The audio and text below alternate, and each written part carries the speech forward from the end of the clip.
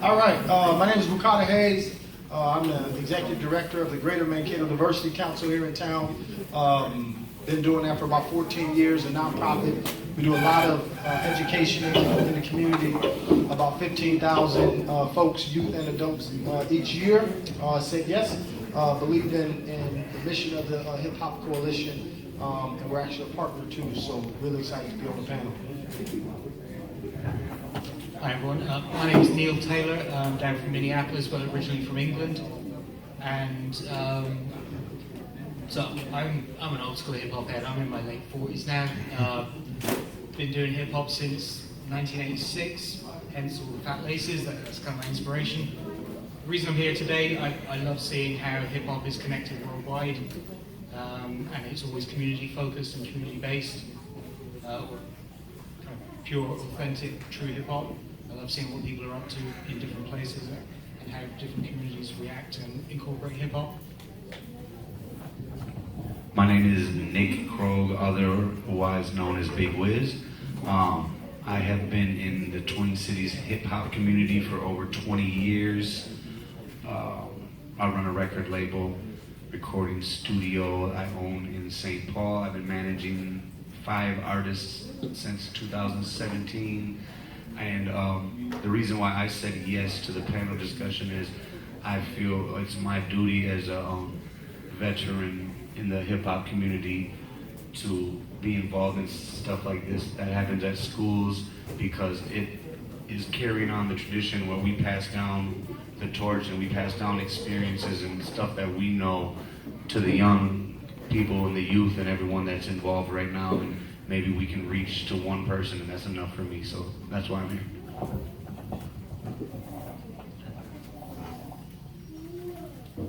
All right, so the first question that I have is, how has hip hop helped you to better express your diversity?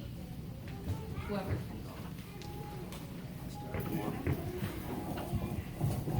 I was telling Bethany earlier, that's a really good question for me, because me being a white male in the hip hop culture that was birthed in New York in the late 70s, early 80s, was a big reason why I feel like I've learned so much culture from hip hop. Like, I've been able to travel the world off of this and being accepted into it, and knowing that I'm a guest in the house of hip hop, I have definitely learned so much about different cultures. Like I was telling her, I've toured Mexico, Jamaica, I've been to the Mecca, New York, performed in Harlem and in Brooklyn, New York, New Orleans, Miami, Cleveland. I mean, just around the whole U.S. and meeting different people, different cultures, and it has given me an opportunity to express myself and an opportunity to meet some of the greatest people in the world. I mean, this is my life. This is everything I do is involved some way or somehow in hip hop. When I wake up in the morning,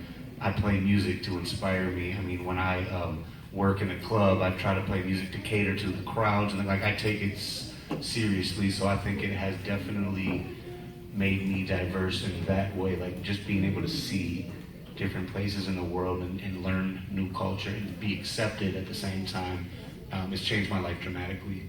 So I'm all for it. Anything that, like I said, that we can teach and give our opinions and our experiences, man, this is really dope.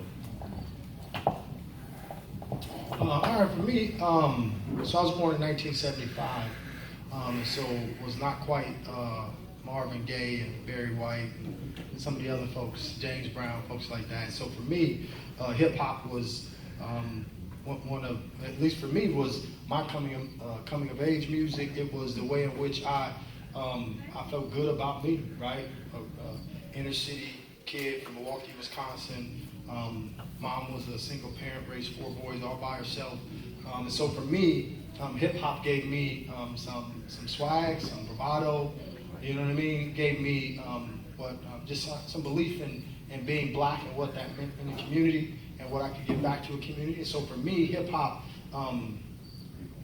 it wouldn't be an overstatement to say hip hop influenced like every single fiber of how I live my life today. From the way I engage with folks who understand the culture, from the way I'm unapologetic about repping who I am in the spaces that I go, to the way I wear my clothes, and even the way that I doing public speaking, even the way I incorporate certain words and phrases and styles from hip hop, in terms of how we relate. So for me, it's everything. It really is. So that's how it influenced me, kind of emboldened me to kind of live who I am without apology.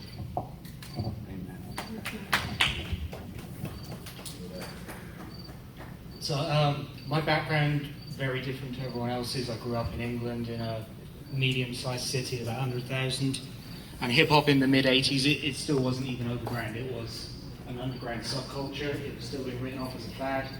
So anyone who was kind of participating in it was pretty serious about it and really paying attention to the culture and the foundations. Our main kind of reference points would have been the movies like Beat Street, Wild Style. So that helped inform our perception of what hip-hop was and how it should be done. So we were getting to see like a limited version of it, like a small slice of it, and that's what we built our own version of the culture from. We were always very aware that, particularly kind of me and my white friends, that we were visitors. So not only were we not from America, but we also were living a completely different experience. And when I started getting into hip hop, Public Enemy had just dropped, so I was highly influenced by very pro-black and militantly pro-black hip hop. Always gravitated towards that. I was into reggae before, and I've got to be honest, other white people's, my white school friends, or the reaction to me listening to predominantly black music, I got to see how racist white people were. So that made me, whenever I was hearing within hip hop, like complaints about oppression, brutality, like I totally see it, I understand, and I believe it. And that really shaped my political outlook. And especially moving to the US, as soon as I got here, it just felt different.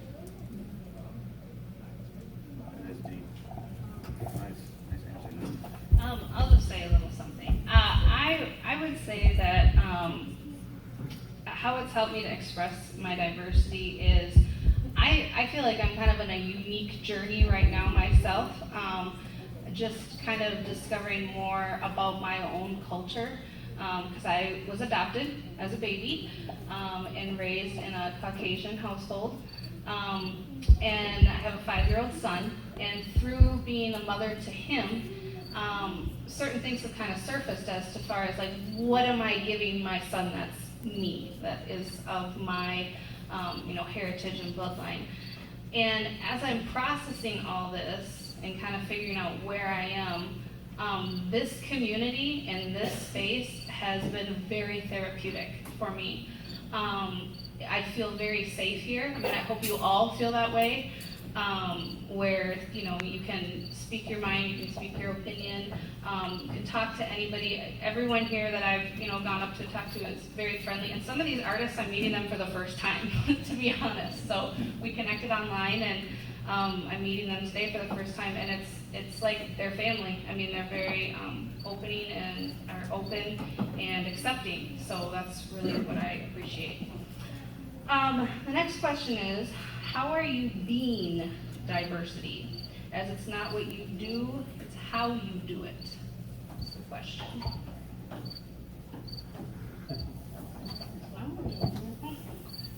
Yes, these are questions. So I guess how you do it, or how I would do it. So for me, I would say I came to Mankato in 1994. So predominantly white school I attended to play basketball. And so for me, it was how I showed up in those spaces, how me and my guys, that was back in the baggy jeans era, if anybody who remembers. Yeah, Jabot, yeah, 3 sizes too big. But it was, for me, I mean, it was, so I'll say it this way to the question. I haven't known another way to live or to do it, like just since 1975, that's all it was, right? So everything I listened to basically was hip hop. So I mean, I listened to the classics, R&B and everything else, but like hip hop was it, right? So for me, that's how I would do it. All my kids, I got 4 kids, 3 boys and then a girl. All of them know the classics, right? The Big Daddy Kane, the Rockin', the EPMD, and then they also know Jay-Z and Nas. And so the great thing about hip hop too is that I'm learning too, right? So Lil Tecca and some of these other, the Baby and yeah, whole bunch of guys that like I'm just learning, and I try not to say I like it right away, right? Because I'm like, nah, my music is better. But when they get in the car, I ask them to play it all the time, right? So for me, it's like even seeing it in them, and letting them know it's okay. So one of the things I always tell my sons and my daughters is that like the style of music you listen to doesn't prevent you from being whoever you want to be, right? Because so many times hip hop was considered to be a music that you didn't live or listen to or live by if you were trying to be in a boardroom. And what I would always say is that the folks in the boardroom are still listening to AC/DC, they still listening to Metallica, they still listening, right? So why should you have to abandon the music that makes you, right, to try and be successful? So for me, I'm you know, if you see me riding down the street, I am probably bumping Jay-Z, right? I am probably bumping Meek Mill or so Drake. I'm trying to figure out. Because he sings a lot, but but I mean, so that's how I would say I do it. I mean, it's really the only thing I've ever known. It's the only music that's really been as consistent throughout my entire life, right? So I'm not 60 where it was R&B and some other stuff, and then rap and hip hop. For me, it's been hip hop since. That's the only music I've really ever known and attached to. So this kind of feels like a loaded question for me, again, being white and an outsider, but I would say I've put the shows together, I've done some promotion back in the Twin Cities, and always been very intentional about making sure there is at least female presence. Booked Rod Digger earlier in the year for Dilla Days, and we had an all-female lineup, DJ, the main person organizing it, and also just making sure that I'm centering the voices of, I guess, people of color, marginalized communities, making sure that I'm acting to amplify voices that need to be heard. So that's the way I can contribute. I'm gonna build off of what he said. You know, the same being a white male too in hip hop. I have found a way to provide a platform for up and coming artists that don't know how to book a venue, maybe, and that's something that I felt was my job because I have a good morale with club owners, and I've just been in the industry for 20 years now, and you know, sometimes the guy that was mopping the floor now owns the club, and I remember him when he was mopping the floor. So building a platform for younger artists that just rap and they don't understand how to book a show, and then just me opening a studio and doing things like we give back to the community. We have a grant from the St. Paul Public Schools where we teach underprivileged youth 2 days a week from 9 a.m. to 4 p.m. for free on our own time, how to do video editing, recording, production, just teaching them how to be an artist and creative. And then, I mean, there's a lot of things. That is a loaded question, like you said. And then, like he said, it's really all I know. I did get influenced by rock and roll early in my life, but when I had my own choice to listen to music, it would always be hip hop. If that makes sense, like my older cousins and family members would listen to rock or country or whatever it may be. But when I press play on my mom never said no, you can't listen to that. She never censored me. She just said, shut your door, I don't want to hear it. And they would tell me the same thing you said. It's a fad. This won't be around next year. And I'm like, Mom, it's 30 years later, it's still going. So I mean, that question is, I don't know if I answered it correctly, but I think just me, how I am influencing it is by providing platforms for for people that don't understand or know how to do it. And then I'm also here to tell you that I'll show you how to do it. If you have a question on how to book a venue, I'll tell you. I'll give you the email to who to speak to. I'll even tell you how to word the email. There's no game that I've learned that I'm trying to hide. I'm trying to share and help this community grow and plant these seeds. So if you guys do have any questions, you know, you can contact me on any social media at BigWiz612.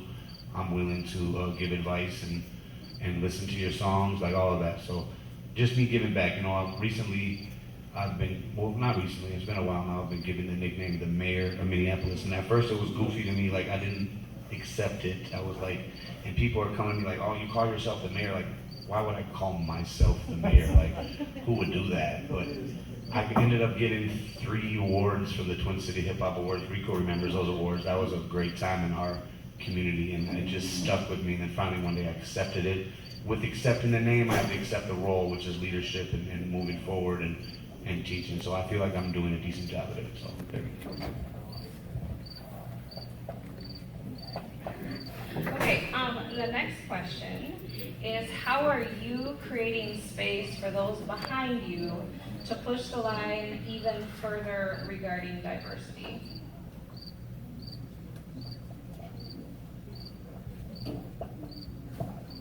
I'm gonna go right off what I was saying. This is kind of going to what I was just saying.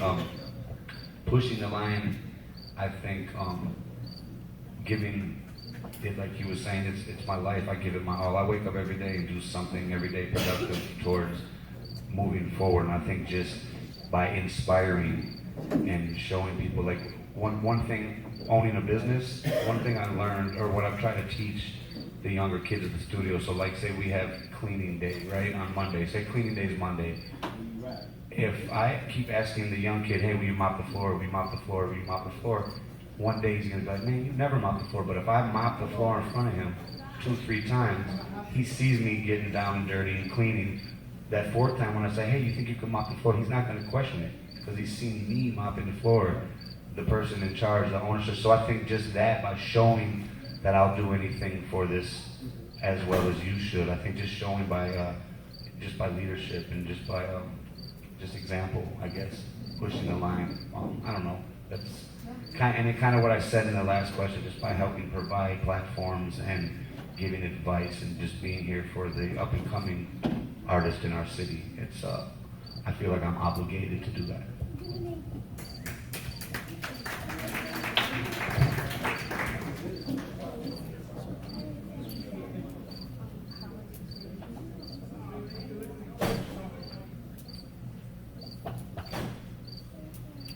So I guess I've got a lot more connected to hip hop in recent years through the hat business. I do set up at community events, hip hop shows all over the place. So I get to meet people of all ages, and I get to see all kinds of different performers. And I'm 46. I should be sitting at home watching TV at nights, but I'm at shows a couple of times a week. So I'm seeing the new people. I'm giving them advice where either I'm approached with it or I can see that there's some guidance that they might benefit from. I'm helping the younger people come up, especially ones who are coming up with a positive message within their music. The ones who are, you know, they're not about that positive lifestyle, then try to provide opportunities for them and show that this type of music does have popularity, and that when there are shows being booked, that's going to be what's showcased. So just making sure that the right messages are getting pushed to the front. For me, it'd be twofold. So one would be just me trying to set an example, particularly in Mankato. Still not a real diverse place. So for me, being able to show young cats, young guys, like you can be in a lifestyle and still be who you want to be, still be really successful. Don't let nobody tell you that. I think for me, just trying to, and then just connecting with them. So my sons are involved in sports and other stuff, and so I'm always trying to just connect with young cats and just let them know, man, what you need, I got you. You know what I mean? Like if you need this, you need that, let me know. How can I help? And so for me, trying to live that. And then the other thing is, and I talked to it earlier, but because we experience folks saying like this is no good, this ain't gonna last, it's not gonna be here. So for me, what I'm really trying hard to do is not be like the old dude telling folks to get off his grass. You know what I mean? Like saying it's like, no, that's terrible. It was way better in my day. Like I do believe my day was a golden age of hip hop. I really do. But I also, I know, right, bias.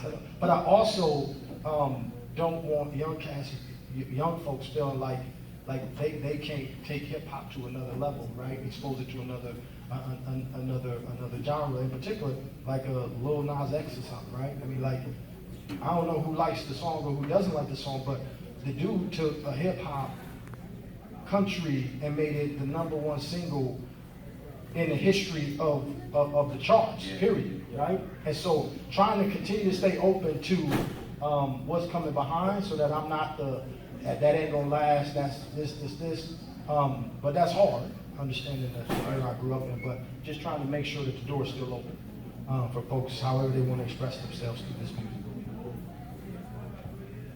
I feel like my answer for this is basically, creating the space that we're in right now, and having these events. And really what the goal is for youth, junior high, senior high, to take on leadership roles. And I feel like that kind of being able to pass the torch down in different ways. It'd be awesome if the next panel discussion, it was all youth up here, because we want to be able to hear what you have to say and hear what you think, and we want to respect that and give you that opportunity. So that's kind of my answer to that. And last is, how do you think hip hop, and then for you guys that are coming in, we're going to have the performances after this, so just The last question. this last question. It does not like me. He has a BlackBerry. Okay, I'm just gonna put that out here. He's a BlackBerry guy. I'm okay with that. I'm okay with that. I see. All right, last question. How do you think hip hop can assist in all of us furthering our youth equity in our own community? So I would just say this. I would say the one thing about hip hop, and you can see it from who's sitting here, you can see it from who's involved in the music, is that it's a music that's based off of what I believe. It's a music that's based off of can you do it or can't you, right? Like if you can rap, you can rap. If you pop a lock, you can pop a lock. While it started within black culture, and black culture still heavily leads it and influences it, we opened it up, in particular because of the place that it was born, right? New York City. Like it was multicultural and diverse from the beginning, right? And so I think that's one of the ways in which we can continue to help foster this kind of inclusiveness, is that we continue to live out how it originally started. And it was Puerto Ricans, it was black, it was whites, it was all these folks within New York City who was moving the culture forward. And then how do we use that to help young people, in particular in this day and age with social media, right? Create a better life. It's folks who started simply by rapping on YouTube and that's how they made a career. I think that wasn't available to us, right. Like that sort of medium to be all out. So it's how do you continue to open it up, you know what I mean, in that way, and let folks know like it's this universal hip hop family, and that we all do our work for the culture. I'm gonna elaborate on what he said, how the diversity, like I feel like hip hop is the only genre. I feel hip hop is the only genre where you don't get discriminated. Like you can have a lisp, you can limp, you can be in a wheelchair, white, black, native, Puerto Rican, it doesn't matter. If you're dope,